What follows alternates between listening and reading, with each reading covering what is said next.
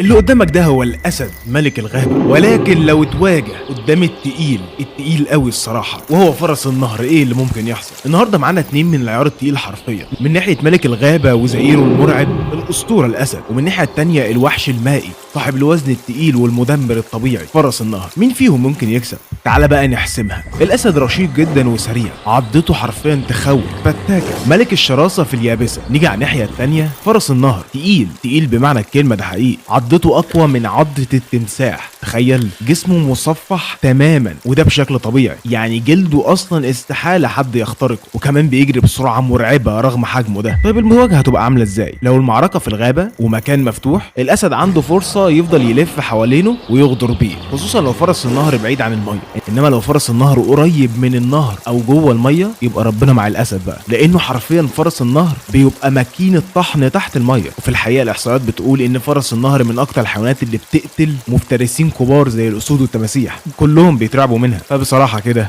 ومن الاخر في كلا الحالتين فرس النهر هو اللي هيكسب، والمواجهه دي بنسبه كبيره هتحصل. بس الاسد برضه ملك الغابه. قول لي بالنسبه لك ايه اقوى حيوان في الكومنتات.